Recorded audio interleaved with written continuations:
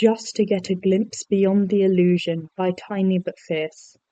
Chapter 7. The car slid through the traffic of New York. Happy swore profusely at the other drivers, while Tony and Peter sat in the back. Aunt May, though she now lived in the tower with them, still had the same work schedule. Tony had volunteered to accompany Peter to the first day of school for the year. Peter's backpack sat in his lap, and he fidgeted with the straps. Tony looked up at him and turned to face the teen. "Peter, hey, look at me." Peter turned to face him. "So, kiddo, I've been meaning to have this chat with you for a while now. This seems like a good time." The billionaire closed his eyes and took a breath before patting Peter on the shoulder. "I didn't want people to find out about you until you were in college at the very least. I'm sorry that all of this happened." Peter opened his mouth to protest, but Tony raised a hand up to stop him from talking. "We can't change what happened, so the best thing I can do is to prepare you for what will happen. People are going to act differently around you, Pete. Some people are going to be aggressive, but the most dangerous to you are the ones who will suddenly be nicer to you. I had a lot of heartbreaks when I was your age for that very reason. The best advice I can give you is to judge people by how they acted before, and don't push away your real friends." Peter looked up at Tony with a scared look in his eyes. "I don't know if I can do this." Tony leaned forward and wrapped his arms around the teen. "I know you can do this. You're Spider-Man, and you're also the closest thing I have to a son. I believe in you. May believes in you. I know the Avengers definitely do. Besides, if anything happens, you can always call me or any of the other Avengers." Happy glanced back in the mirror and spoke up. "Sorry to interrupt, but we're here." The car pulled up to the curb and a swarm of reporters automatically pointed their cameras towards them. Tony reached into his pocket and pulled out an extra pair of sunglasses. Sliding them onto Peter's face, he grinned. "Now you look like a Stark. Go get 'em, kiddo." Happy got out of the driver's seat and walked around to open the door. With one last look at Tony, who was sending him a thumbs up, Peter slid out of the car and walked up the steps, Happy's hand on his back, as the bodyguard rushed him through the crowd of reporters, who were all yelling questions and flashing their cameras. For some reason, the flashes of light weren't as intense as they usually were. Did Tony add something to the glasses? It didn't matter for now. He could interrogate Mr. Tony later. They made it through the doors and stopped. Happy turned to look at the teen and gave him one short nod before walking back out. Peter grinned. "Thanks, Happy." As the bodyguard walked out the door, Peter turned around to the sight of his classmates staring at him and whispering to each other. "Look, it's him. I bet he's really Stark's son, but they're just covering it up. He is kind of attractive. It's too bad that he's, so weird." Peter listened, frozen in place as all the comments washed over him. Footsteps to his right. A group of people who had never interacted with him outside of sneers walked by. There were 2 girls and 1 guy. The guy waved. "Hey, Peter, right? We were wondering if you wanted to hang out with us today. The guys and I were going to shoot some hoops with these fine ladies at lunch today." Peter cringed. "Oh, no, sorry, I can't. Peter!" Ned's voice shot across the room and Peter exhaled in relief. Waving awkwardly at the group, he zoomed over to his best friend. "Thank you so much for saving me." "No problem. So, hey, what's it like? Have you met the Avengers? I haven't heard from you very much this summer, and I was getting worried." Peter frowned, taking off the sunglasses as they made it to his locker. He slipped his stuff inside, grabbing the materials for his classes.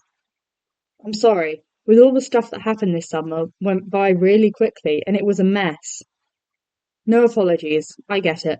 So I got a hold of the Isengard Lego set, and I was wondering if you wanted to come over and build it." Peter gasped and smiled brilliantly at his friend. "Really? Of course. I'll have to ask Tony, but I'm sure he'll say it's okay." "Dude, that's so weird." "What? You saying I'll have to ask Tony?" Peter shook his head and laughed. "Yeah." They both left their first class with waves and promises to see each other at lunch. Thankfully, the first class went fine for Peter. It was science. Working in the lab with Tony really made the class seem more boring than usual, but he made it through. Some of the teachers for his classes treated him like they always did. Others pulled him over to the side and asked if it would be possible to see if Peter could get Tony to come in as a speaker one day. He answered with vague responses. Finally, it was lunchtime. He grabbed food and walked over to where he always sat with Ned and MJ. The other two hadn't arrived yet. Pulling out his phone, he bit into an apple while reading the texts running across the screen. Tony. Hey kid, I hope you're doing good. I'll pick you up at 3. Red Tesla. Elon's been bugging me about using his car. Peter grinned and typed a response. Peter. All good so far. TTYL. Tony. TTYL better not stand for Tony totally yeets lobster. Peter. Did you just use the word yeet? Tony. Smiley face. Peter. OMG. Someone sat across from him and he looked up from the phone into the angry eyes of none other than Flash Thompson. He placed the phone on the table and raised an eyebrow at the other student. Flash glared. I just wanted to let you know that just because you're Stark's bastard doesn't mean that you can get away with anything. Peter took a deep breath and channeled Tony. I don't know, Flash. Aren't you the one who should be afraid of what one can and can't get away with? The bully stood up and opened his mouth. A hand landed on his shoulder before he could say anything. MJ stood behind Flash, staring daggers at him. I don't think this is where you usually sit. Shouldn't you go off and bother someone else? The bully glared at her, knocking her hand off his shoulder, and pushed past, grumbling about Peter. Peter looked at MJ with a dazzling grin. Hey, thank you so much for that. It looked like you could have handled it, but I wasn't going to take any chances. Ned came running up behind and slid into the other seat. I'm so sorry I'm late. Boy, do I have a story to tell you. Lunch passed peacefully after that, and soon the day was done. Peter found himself standing in the foyer of the school, staring at the crowd of reporters waiting outside. Tony was somewhere on the other side of that crowd. He slipped the sunglasses on his face as Ned and MJ slid up next to him. MJ narrowed her eyes. Do you need me to fight them for you? Ned gasped. You can't go around fighting people. But I would totally join in. The two turned to look at Peter. Both of you need to catch the subway. You don't need to stay with me. MJ smiled. It's too bad I already came up with a distraction plan. Right as she said that, the reporters started shouting as 5 students wearing inflatable T-Rex outfits came charging at them. In the chaos, MJ pushed Peter out the doors and past the reporters, leaving Ned behind him with a wave and a promise to call him. They jogged down the steps towards the red Tesla with the unmistakable sight of Tony Stark sitting inside it. The billionaire was laughing at the sight of the reporters being taken out by inflatable dinosaurs. They made it to the car. Peter opened the door and paused to look at MJ. How did you do that? A few nerds owed me a favor. See you tomorrow.